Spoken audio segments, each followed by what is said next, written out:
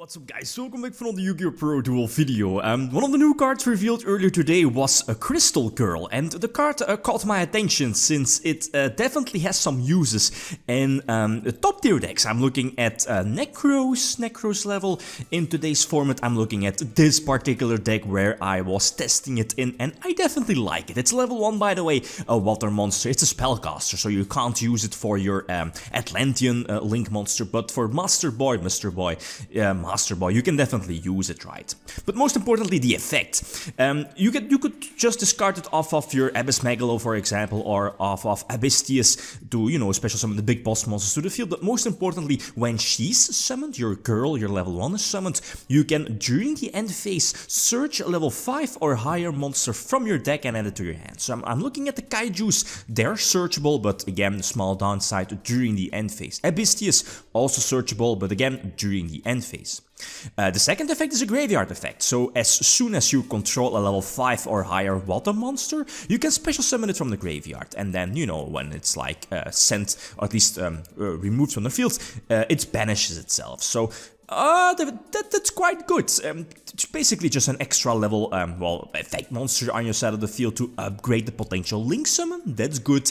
And during the end phase, search a Kaiju. Yeah, I definitely like this this new card. So it definitely has its uses in MERMAILS, and again, Mermail deck, very similar to the most recent Mermail / Atlantean deck that bubbled twice. Yes, London, some small, very small changes, but no mind controls, and that's one of the cards that I definitely want to try to fit in, because Thunder is definitely, I think, this deck's hardest matchup. The deck can definitely go first, the deck can definitely go second. Mooling Glacia with Link format in Link format is super easy to get on the field first turn, ending with the Abyss Gyos as well. And yeah, because again I control the level 5 or higher water monster being the Mooling Glacia, I can special summon the spellcaster from my graveyard. So during the end phase, search a high level water monster, and again, a couple of options, but I think going for Gameciel seemed like the more appropriate option. Especially after Mooling Glacia, right, and still having the Atlantean link on my side of the field as for a potential discard and search or trigger the Atlantean effect, but still having Abyss Gyos on the field for the potential negation is always nice. Top decking the Deep Sea Diva is sweet as well, and yeah, this is definitely more than enough to a deck for a game. So it definitely has its uses, right? But again, as I mentioned before, Crystal Girl sadly is a spellcaster, so you can't use it for the Atlantean link. But again, you can use it for Master Boy, so that's fine, I guess. Basically just a link father, since she's not really like the big level or big attack tutor or big beatstick. I believe her attack stat is like really low, I believe like 200 or 100 attack and or defense. So, but again, that's not really too important. The most important thing is that you're able to search out the Kaiju. But again, it's slow, so that's like the small downside. So my opening hand is quite okay, but if you're facing off against pendulums with multiple negations, that's definitely a big problem. So let's see how many negations. There is the Avramax, and Avramax is huge for this deck. I have like not too many outs to get rid of it, and like Borload should be like an out. I'm not really sure if it's banished here off of the Pot of Extravagance, but a couple of negations and I can still recover with the Diva Search, the Diva Summon, Prince, etc, etc. But yeah, another Abyss Megalo as well, but I don't think it will matter in the long run. Again, I think I have the potential extra 4th monster on my side of the field, so the board load is lurking in the background, or should be lurking in the background, but yeah, what can I do, right? And I'm not really sure what my thought process here was. Again, the Avramax boost, yeah, what can I do, right? Doesn't really matter too much here in this particular situation. So going first here this time against Pendulums, want my revenge. Normal summoning a Prince is fine. Pendulums isn't really known for main decking too many hand traps, if they are main decking hand traps, that is. So again, very stable, I guess, for this particular deck. Opening Prince, it's quite easy to go for the first turn. Mooling Glacia, unless, well, like, you bricked, but opening Prince is already very, very sweet. The well-timed Ash Blossom again comes in clutch, preventing the Dark Room, I guess, from hitting the grave and eventually electromiting the field as well, but I still have, I believe, impermanent set, so again, this is easily my duel. Marksman popping the face down, giving the Abyss Megalo the double attack, and this is definitely more than enough to attack for a game. So a lot of quick duels, but that's how it is. That's Mermails. Mermails versus Fire, very similar to 2013 format when like Atlantean slash, well, Mermails. Basically Mermails was combined with Atlanteans versus Fire Fist. This is quite scary, right? So it definitely fire away the first pot of extravagance to force out some negation.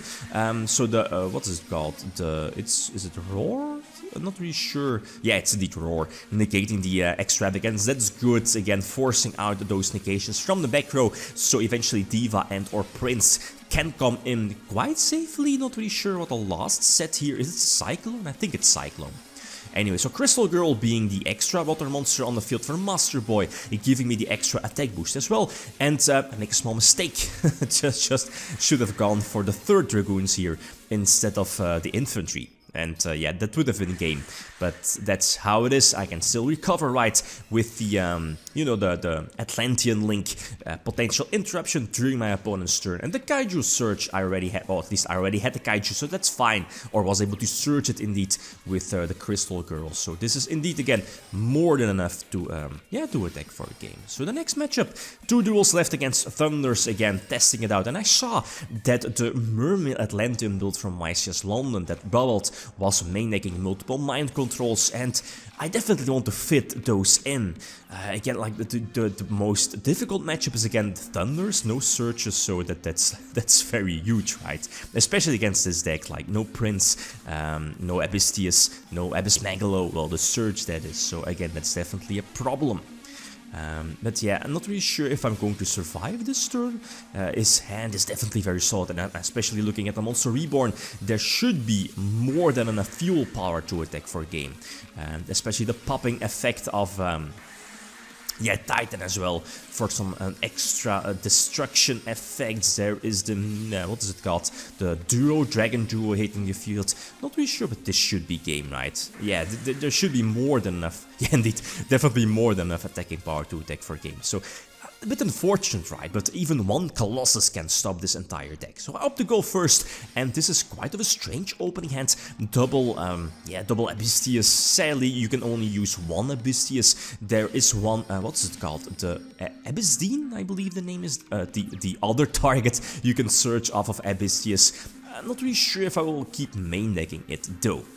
So getting Abyss Gyos on the field for the potential negation, maybe activated a little bit too quickly, but again, like his follow-up plays were just too perfect. Titan again, popping the Abyss Gyos as well, and okay, Master Boy is going to get something back, and I have the Kaiju lurking in the background, and the Crystal Girl still in my hand to get the potential surge during the next end phase.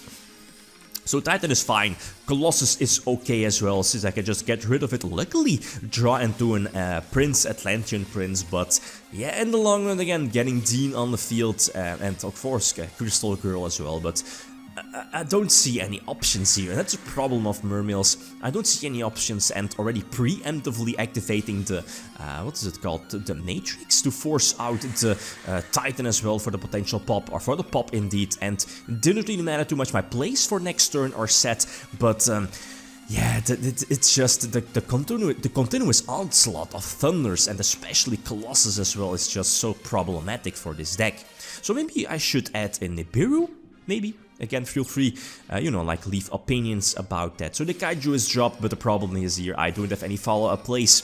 Unicorn is already gone, and yeah, again, unless I'm missing something, but sadly, yeah, Abyss Megalo wasn't an out there. So that's how it is, but still, this new card, Crystal Girl, definitely has an option in Mermails, or could definitely have an option in Mermails, maybe in Necros as well. Are there other options, other decks that might abuse this new card, that Crystal Girl? Like, feel free to leave those down below. But yeah, I definitely like the list, like always. Feel free to leave suggestions, Again, Mind Control is a card that I want to main deck, maybe Phantasme, Nibiru are also definitely cards that I maybe want to fit in. Cyclone as well. Again, back row destruction is always like a good thing, right? Okay, guys, that's it.